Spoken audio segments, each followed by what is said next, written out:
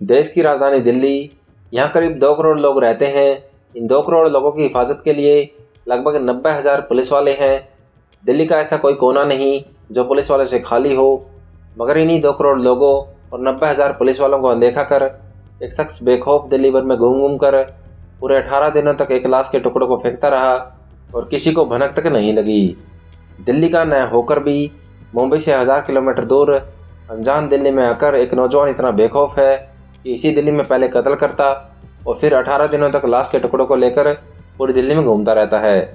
फिर काम खत्म हो जाने के बावजूद भी वो दिल्ली से भागता नहीं, बल्कि इसी दिल्ली में बेखौफ रहता है।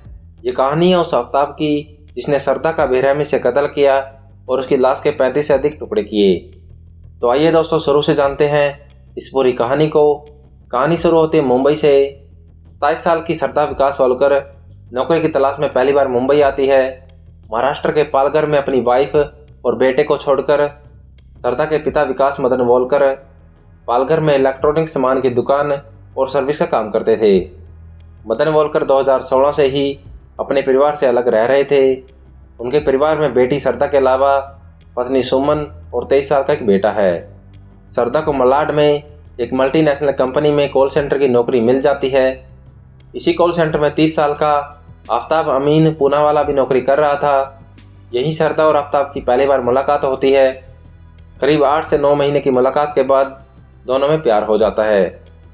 2019 की शुरुआत में सरदा और आफ्ताब फैसला करते हैं कि अब वो अलग अलग रहने के बजाय एक साथ लिव इन में रहेंगे। इसके बाद दोनों मलाड में किराए का एक घर लेते हैं। सरदा की माँ और पिता अभी भी पालघर में ही थे। लिव इन में रहने के कुछ दिन बाद ही सरदा एक रोज़ अपनी माँ को आफ्ताब के बारे में सारा सच बता देती है। माँ से रोते हुए ये बात बाप तक पहुँचती है। दोनों आफ्ताब और सरदा के इस रिश्ते का विरोध करते हैं। बातचीत के लिए सरदा को पालघर बुलाते हैं।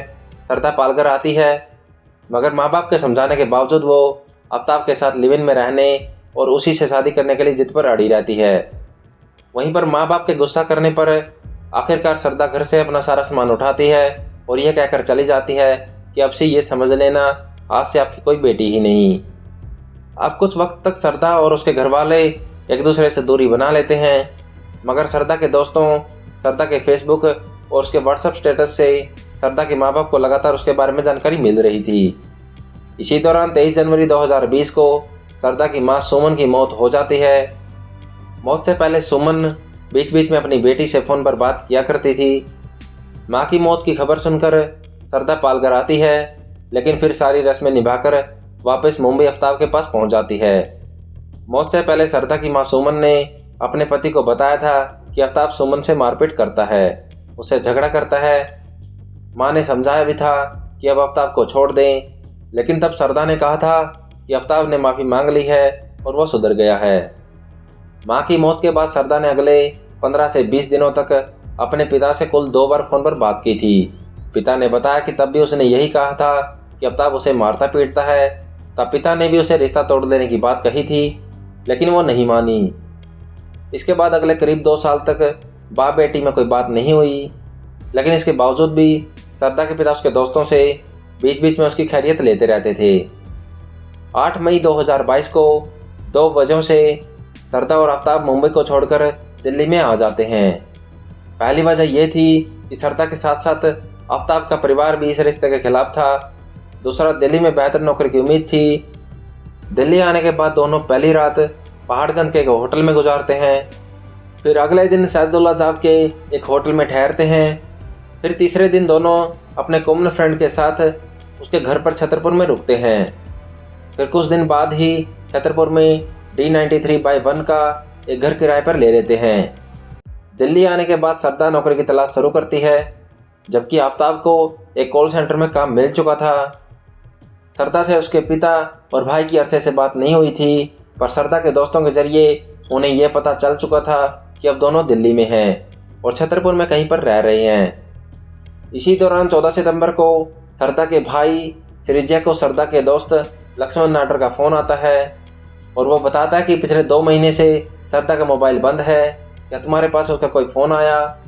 ये सब सुनकर सरदा का भाई अपने पिता को सारी बातें बताता है। फिर सरदा का पिता लक्ष्मण से फ़ोन पर बात करता है और उससे अपनी बेटी के बारे में पूछता है। लक्ष्मण ने बताया, अमूमन हर 2-3 दिन में श्रद्धा से उसकी बात होती रहती थी, लेकिन इधर पिछले 2-2.5 महीने से कोई बात नहीं हुई, उसका मोबाइल ही बंद है।